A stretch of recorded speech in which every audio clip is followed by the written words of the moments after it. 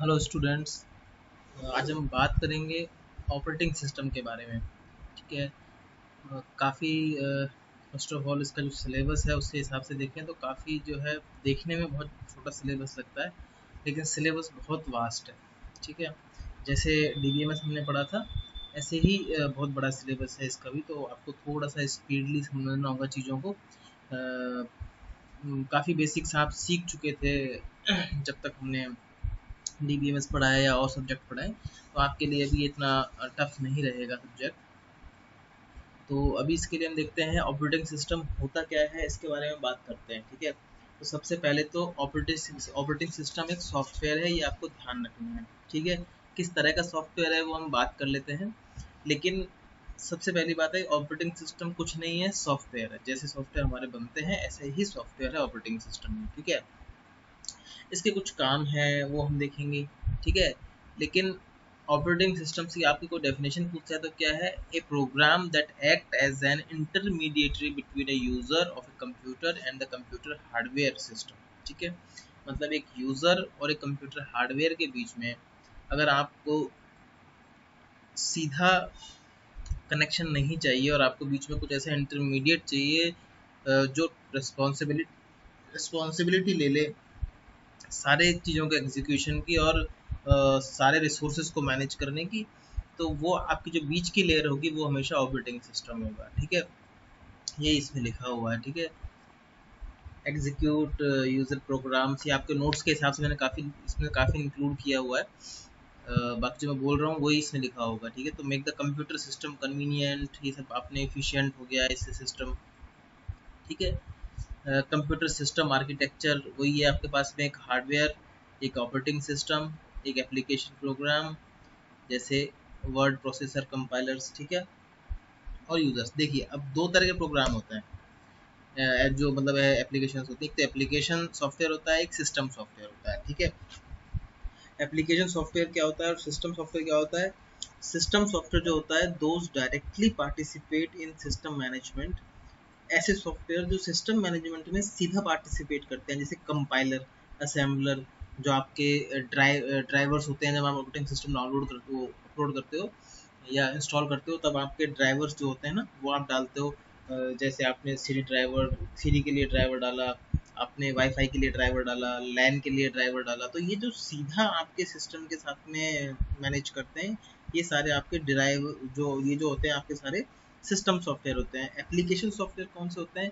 आपने हार्डवेयर लिया, उसके ऊपर आपने सिस्टम सॉफ्टवेयर मतलब आपने ऑपरेटिंग सिस्टम डाल दिया, ऑपरेटिंग सिस्टम के साथ साथ आपने कंपाइलर, असेंबलर जो आपके डाल दिए, ये सारे सिस्टम सॉफ्टवेयर हो गए। और जो उसके अलावा सॉफ्टवेयर बच जाते हैं, जो भी है, जो सीधा सिस्टम के जो है मैनेजमेंट में काम नहीं आते हैं, उनके बिना भी काम चल जाता है। जैसे एमएस ऑफिस हो गया, वीएलसी प्लेयर हो गया, गेम्स हो गए, इस टाइप के जितने भी सॉफ्टवेयर होते हैं सारे आपके एप्लीकेशन सॉफ्टवेयर होते हैं। ठीक है। तो इतना आपको ये इसमें लिखा हुआ है। ठीक है ना। अब इसका जो ये डायग्राम होता है, आपको ये हर बुक में ये सेम डायग्राम मिलेगा, आपको यूनिवर्सिटी एग्जाम में भी आपको यही डायग्राम लिख के आपको आना है। ठीक है। ऑपरेटिंग सिस्टम क्या होता है ये डायग्राम में आपको समझ में आ जाएगा। सबसे पहले जो लेयर होती है, सबसे कोर लेयर, जो सबसे नीचे वाली लेयर होती है, वो होती है कंप्यूटर हार्डवेयर। यहाँ से चीज़ें स्टार्ट होती हैं। उसके बाद में ऑपरेटिंग सिस्टम हम इसके ऊपर डालते हैं। ऑपरेटिंग सिस्टम के बाद में सिस्टम एंड एप्लीकेशन प्रोग्राम्स डालते हैं ऑपरेटिंग सिस्टम के ऊपर। ठीक है। और वो कौन कौन से हो सकते हैं? Compiler, assembler, text editor, database system. ठीक है ना। इसमें से कंपाइलर और असेंबलर आपका क्या हो गया? ये सिस्टम प्रोग्राम्स हो गए, और ये टेक्स्ट एडिटर, डीबीएमएस, वीएलसी जितने भी होंगे, गेम्स होंगे, ये सारे एप्लीकेशन प्रोग्राम्स हो गए। और ऊपर नंबर ऑफ यूजर्स कितने भी हो सकते हैं। तो ये इसका बेसिक स्ट्रक्चर होता है जो आज तक हम लोग फॉलो करते हैं। इसके काम जो है वो लिखे हुए हैं। ये रिसोर्स अलोकेटर होता है ऑपरेटिंग सिस्टम। मतलब कोई भी चीज़ आपको चाहिए, जैसे आपने अभी प्रिंट करने के लिए कमांड दी, तो प्रिंट करने के लिए कमांड दी तो सीधा आपका प्रिंटर चालू नहीं होता है, वो ओएस के पास, ऑपरेटिंग सिस्टम के पास में वो आपका कमांड जो है वो जाता है कि एक कोई जॉब है या एक कोई रिक्वेस्ट आ रही है, उसको कैसे हैंडल करना है। तो ऑपरेटिंग सिस्टम ही हैंडल करता है कि अवेलेबल है नहीं है प्रिंटर, या कोई प्रॉब्लम तो नहीं है। तो वो सब चीज़ें मैनेज करता है ऑपरेटिंग सिस्टम। तो ये रिसोर्सेज जितने भी होते हैं आपके पास में कंप्यूटर के, वो सारे मैनेज करने का काम ऑपरेटिंग सिस्टम करता है। ठीक है। कोई कन्फ्लिक्टिंग सिचुएशन आ जाए या कोई कंट्रोल प्रोग्राम के बारे में बात करनी हो, इन सब के बारे में बात करेंगे हम बाद में अच्छे से। एक बार आप ओवरव्यू ले लीजिए। Control executions of the program to prevent errors वगैरह आ जाएं, डेडलॉक अकर हो जाता है। तो इस तरीके से आप जो है इन चीज़ों को देखते हैं, ठीक है। एक इसमें कर्नल होता है, इसके बारे में भी बात करेंगे। अब देखो स्ट्रक्चर क्या रहता है, मेमोरी, सीपीयू, डिस्क कंट्रोलर्स, उसके पास में डिस्क के डेटाबेस रहते हैं, या हार्ड, इसको आप हार्ड डिस्क बोल सकते हैं। यूएसबी कंट्रोलर होता है, ग्राफिक एडेप्टर होता है जो मॉनिटर को चालू करता है, ग्राफिक एडेप्टर। यूएसबी कंट्रोलर्स के पास में क्या आप क्या यूएसबी कर सकते हो, क्या लगा सकते हो सिस्टम पे, प्रिंटर, कीबोर्ड, माउस, तो उसके लिए यहाँ होता है कंट्रोलर। फिर ये डिस्क हो गया, सीपीयू हो गया, तो ये स्ट्रक्चर है आपका। बाकी जो है आप मेमोरी यूज़ करते हो, कैसे कैसे यूज़ करते हो मेमोरी, तो ये ओवर द टाइम जो मेमोरीज यूज़ हुई हैं उनका एक ग्राफ है, ये डायग्राम है। इसमें क्या है, magnetic tapes, optical disk, magnetic disk, electronic disk, main memory, cache और रजिस्टर्स, ठीक है। अगर इसकी स्पीड की बात करें तो मैग्नेटिक टेप सबसे स्लो होती थी, फिर ऑप्टिकल डिस्क, फिर मैग्नेटिक, फिर इलेक्ट्रॉनिक, फिर मेन मेमोरी। सबसे फास्ट कौन सी होती थी, रजिस्टर होती थी, ठीक है। तो नीचे से ऊपर का जो ये आपका सीक्वेंस है, ये तो है आपका स्पीड का, कि कितना फास्ट ये जो है चल जाती हैं चीज़ें। अब अगर साइज़ की बात करोगे आप, तो साइज़ में इसका एकदम आप रिवर्स कर दो। रजिस्टर का साइज़ कम होता है, कैश का उससे बड़ा होता है, मेन मेमोरी का उससे बड़ा होता है, सबसे ज़्यादा मैग्नेटिक टेप्स का होता था, ठीक है। तो इस तरीके से आप इसको देख सकते हो। फिर हम बात करेंगे एक ऑपरेटिंग सिस्टम के बारे में। हमने बात कर ली थी कि ये इंटरमीडिएट होता है, ठीक है। डेफिनेशन इसकी कोई फिक्स नहीं है, हर बुक में अलग डेफिनेशन लिखी हुई है, सबका मीन सेम है, ठीक है। ये आपको मैंने बता ही दिया है। अब फीचर्स ऑफ ऑपरेटिंग सिस्टम जो है ना, ये आप देख लीजिए। फीचर्स ऑफ ऑपरेटिंग सिस्टम क्या है, देखो कन्वीनियंस रहना चाहिए, मतलब आप इसको गोल भी कह सकते हैं कि गोल क्या है, फंक्शंस नहीं है, गोल्स भी बोल सकते हैं आप इसको। कन्वीनियंस जो है वो होनी चाहिए, इफिशियंसी होनी चाहिए, एबिलिटी टू इवॉल्व होना चाहिए, कि मतलब टाइम के साथ में ऑपरेटिंग सिस्टम के नए नए हार्डवेयर आते हैं तो उनके साथ में ये कंपैटिबल होना चाहिए, ठीक है।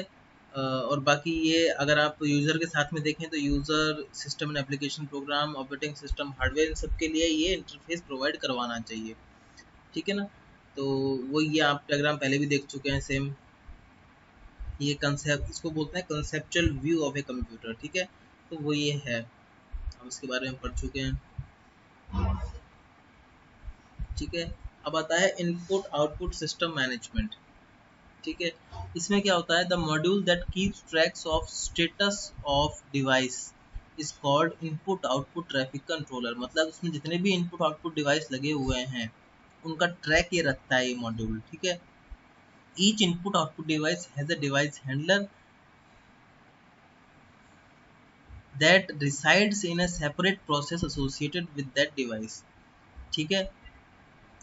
इसका जितने भी आपके इनपुट आउटपुट डिवाइस हैं, ये सब जो है किसी न किसी प्रोसेस से जो है एसोसिएटेड रहते हैं, तभी ये जो प्रोसेस वगैरह है सब काम करते हैं, ठीक है। और जो ये आईओ सब सिस्टम्स होते हैं, इसमें क्या क्या होता है, एक मेमोरी मैनेजमेंट कंपोनेंट होता है जो बफर कैशिंग या स्पूलिंग के काम आता है, बताएंगे आपको कैसे स्पूलिंग होती है। या जनरल डिवाइस ड्राइव इंटरफेस होता है, ड्राइवर्स होते हैं इंटरफेस के लिए, ठीक है, ये सब होता है। और उसके साथ में जो मेन इंपॉर्टेंट तीन चीज़ें हैं वो हैं असेंबलर, कंपाइलर, इंटरप्रेटर और लोडर। ये क्या होते हैं तीन चार चीज़ें, ये आप देख लीजिए, शॉर्ट नोट्स में पूछ लेता है आपसे। असेंबलर क्या होता है, the input to an assembler, मतलब क्या है कि देखो तीनों का काम क्या है, ऑब्जेक्ट कोड को बनाना है, ठीक है। सोर्स कोड लेता है, उसको ऑब्जेक्ट कोड में ही बना के दे देते हैं। असेंबलर क्या करता है, असेंबली लैंग्वेज लेता है, उसको ये ऑब्जेक्ट प्रोग्राम में आपको कन्वर्ट करके देता है। मतलब जो आपका जो आप जैसे आप कोडिंग करते हैं किसी असेंबली लैंग्वेज में, तो उसको ये उठा करके और मशीन लैंग्वेज में चेंज कर देता है, या ऑब्जेक्ट प्रोग्राम में चेंज कर देता है, ठीक है। कंपाइलर क्या करता है, हाई लेवल लैंग्वेजेस को लेता है, जैसे अपनी सी प्लस प्लस हो गई, सब हाई लेवल लैंग्वेजेस हैं, तो ये इंग्लिश में लिखी होती हैं, तो इनको ये चेंज कर करके और ये ऑब्जेक्ट प्रोग्राम में चेंज करता है। अब कंपाइलर और इंटरप्रेटर दो चीज़ होती हैं, कंपाइलर जो होता है एक साथ करता है पूरा, और इंटरप्रेटर लाइन बाय लाइन करता है, ठीक है। बाकी आ गया लोडर।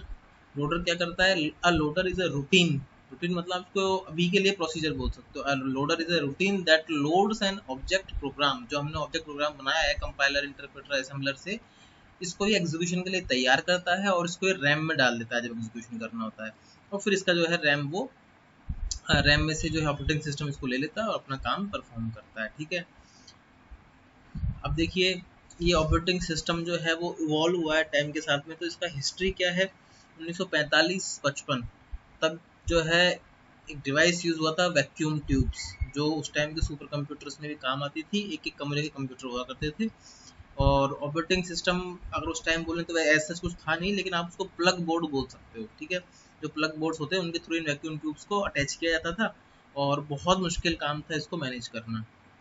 फिर 55 से 65 तक ट्रांजिस्टर्स आए, और ये ट्रांजिस्टर्स आने के बाद में बैच सिस्टम स्टार्ट हो गए। बैच सिस्टम आपका टॉपिक है, वो भी आपको बताते हैं। ठीक है, उसके बाद में आईसीज आई, जिनसे आपका इंटीग्रेटेड चिप्स जो आई, आईसी जो आज तक भी चलती हैं, उससे मल्टी प्रोग्रामिंग हो गया। फिर इनका ही अपग्रेडेड वर्जन आया LSI, large scale integration chips. फिर वेरी लार्ज इंटीग्रेशन स्किल भी आ गई थी VLSI, जो अभी बहुत एफिशिएंट मानी जाती हैं। तो फिर वो आ गई थी 1900 मेरे हिसाब से 90 के बाद। ठीक है, तो ये सब जो है आपका अभी तक हिस्ट्री और ओवरव्यू था। बाकी अभी इसके टाइप्स ऑफ ऑपरेटिंग सिस्टम के बारे में जो है नेक्स्ट वीडियो में बात करते हैं।